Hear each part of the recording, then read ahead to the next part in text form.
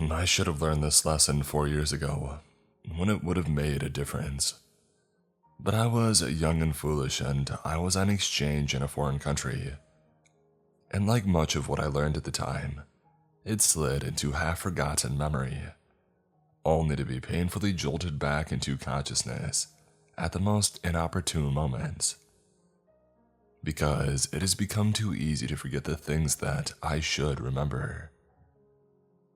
4 years ago, I was in Germany doing a thesis on brick Gothic architecture.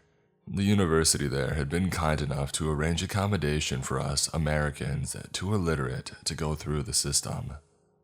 And I ended up in a beautiful pre-war building that had been subdivided into residential units. Now, only the old German lettering on the facade pointed to its original purpose. Kinderheim. It means children's home, but actually it means more like orphanage, said my flatmate. I had 5 flatmates in total, and he was the one kind enough to give me a tour when I had arrived. It was an immense building, and the necessity of the tour had become self-evident when he took me into the basement. As is common in buildings of this scale, its basement was a maze-like network of subterranean corridors, sneaking around maintenance rooms and what I assumed were other apartments, as a couple doors led to side exits in the building. My flatmate led me around an impossible number of turns before we got to the grand finale, a large room with industrial washers and dryers. Here you can wash and hang up, he had said. This interaction encapsulated all the interactions I had with my roommates, quick and functional. We had no animosity that I could detect, but they were all German and I think they were self-conscious about their English, though I couldn't find much wrong with it when they did speak. I, on the other hand, did my utmost to fulfill the American stereotype by not bothering to learn their language. Why did it matter if I would be back home in a few months? I led a quiet existence, which was more or less how I liked it. On occasion, I did get drunk with that group of Americans that invariably forms when we leave our natural habitat, but I preferred to wander the old town streets and pore over references in the library. In the apartment, I rarely left the confines of my room, except to use the bathroom or the kitchen. So it was only a little bit strange when December had rolled around, and everyone had left for Christmas. We were all students or apprentices in that apartment, and we all had parents to go back to, apart from me who was too broke for an intercontinental round trip. I elected to stay alone in that apartment for 6. For the 3 weeks which made up the most wonderful time of the year, and I loved it. For these 3 weeks, the apartment became my house. I spread myself into the kitchen, left my boots in the hallway. I populated the freezer with chicken in preparation for the long supermarket holiday. I even left my toothbrush in one of the 2 bathrooms, the smaller one right by the apartment door, whose window looks down on a side entrance to the building. With so much freedom, my pattern became irregular. Some days I spent cooking, others I spent in bed, only to leave the apartment sometime past midnight on a directionless wander. The town would be beautifully empty, and I was free to go wherever my boots would take me. This irregularity eventually congealed into one blissfully monotonous static. So it was especially jarring when the doorbell rang in the middle of the night. I was asleep, and when I was awoken, I hadn't bothered to check the time. My first response was to be annoyed. It was more a buzzer than a bell, and a loud one at that. But still, it took another ring for me to convince myself that I wasn't dreaming. It was a longer one this time, more insistent. At this time of night, I slid out from the covers, dressed only in my underwear. Possibilities rushed through my mind. Was it one of my flatmates who came back early? Had he forgotten about his key? My bare feet padded down the long hallway. At the end of it, next to the apartment door, was the intercom system that communicated with the front entrance. I picked up the receiver and I put it to my ear. "Hello?" Involuntarily, I looked over my shoulder. I hadn't turned on the lights, perhaps out of habit from when I wasn't alone in the apartment. But I was alone. No response came from the other end of the intercom, just static interference. I tried again. "Hello, is there anybody there?" And then I could hear the sound of a voice, a woman's voice, crying. I froze, unprepared for this eventuality. 2 of my flatmates were women. Could something have happened? The crying voice further materialized into words. German words. It was a stream of desperate syllables. I couldn't understand anything. Mentally, I cursed myself for not making more of an effort to learn the language before launching into the only German that I knew. "Anna, is that you?" A confused, "Huh?" came from the other end. Or was it a sob? I tried again. "Franzi." There was a pause. And then, as if spurred by the list of 2 unfamiliar names, the crying started again. It was louder.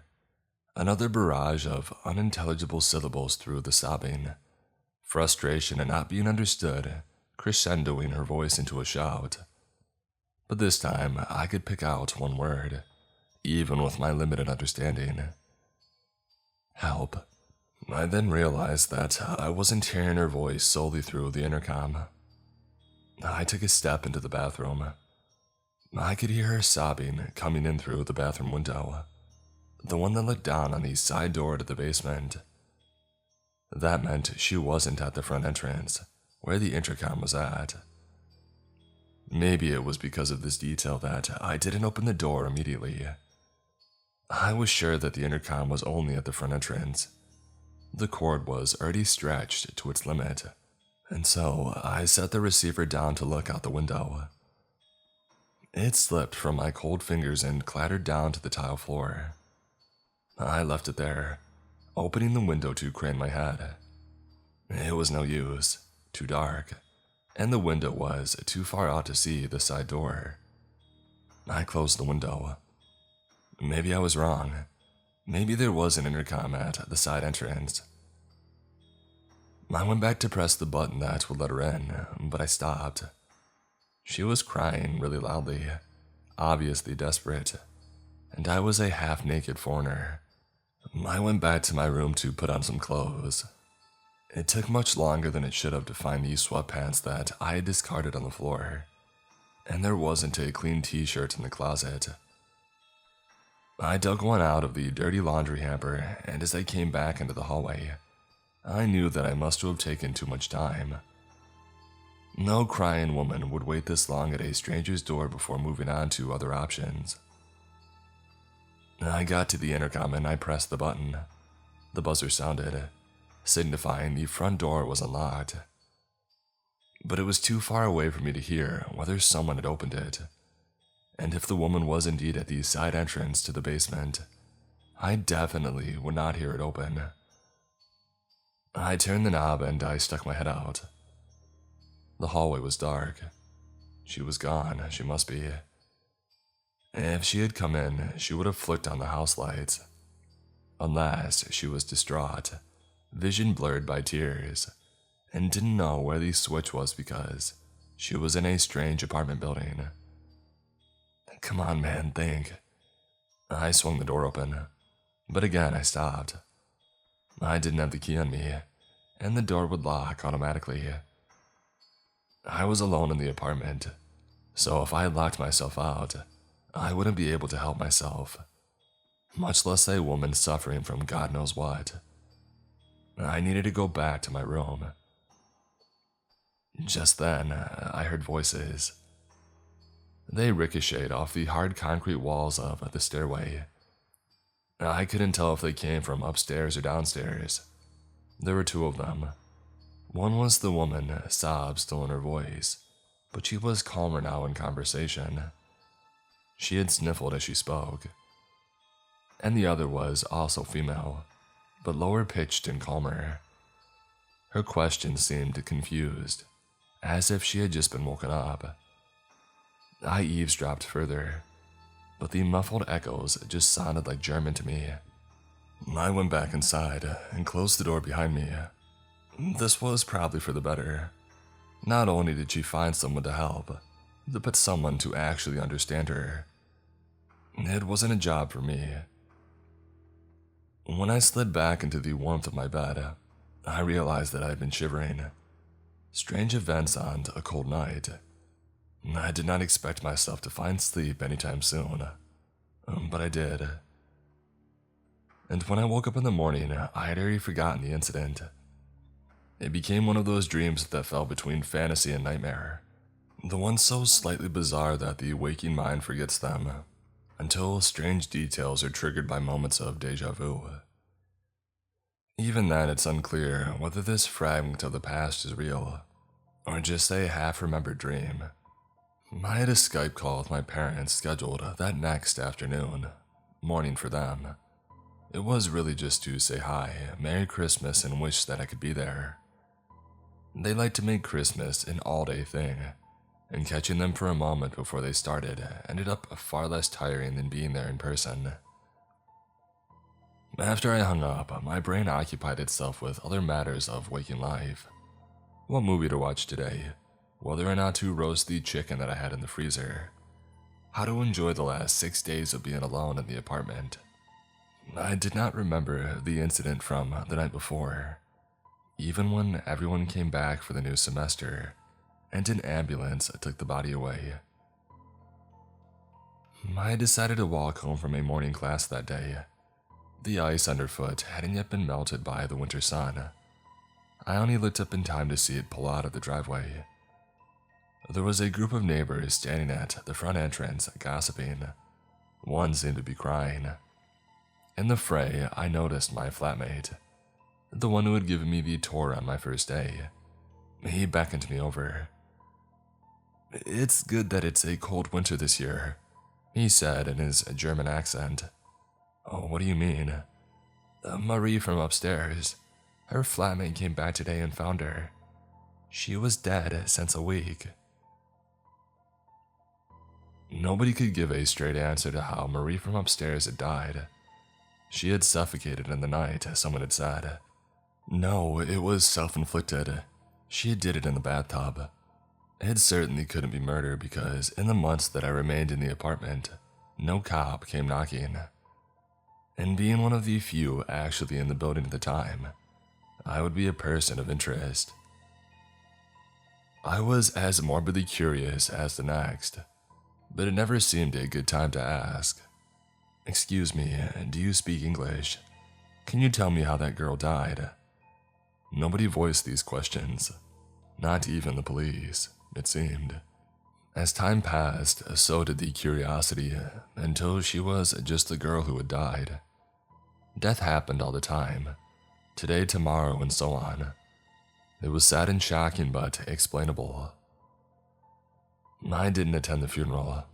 Instead, I started an affair with a classmate of mine, an American girl, and then went back to Indiana to complete my thesis. I got an A, got a car, got a job, and got more debt.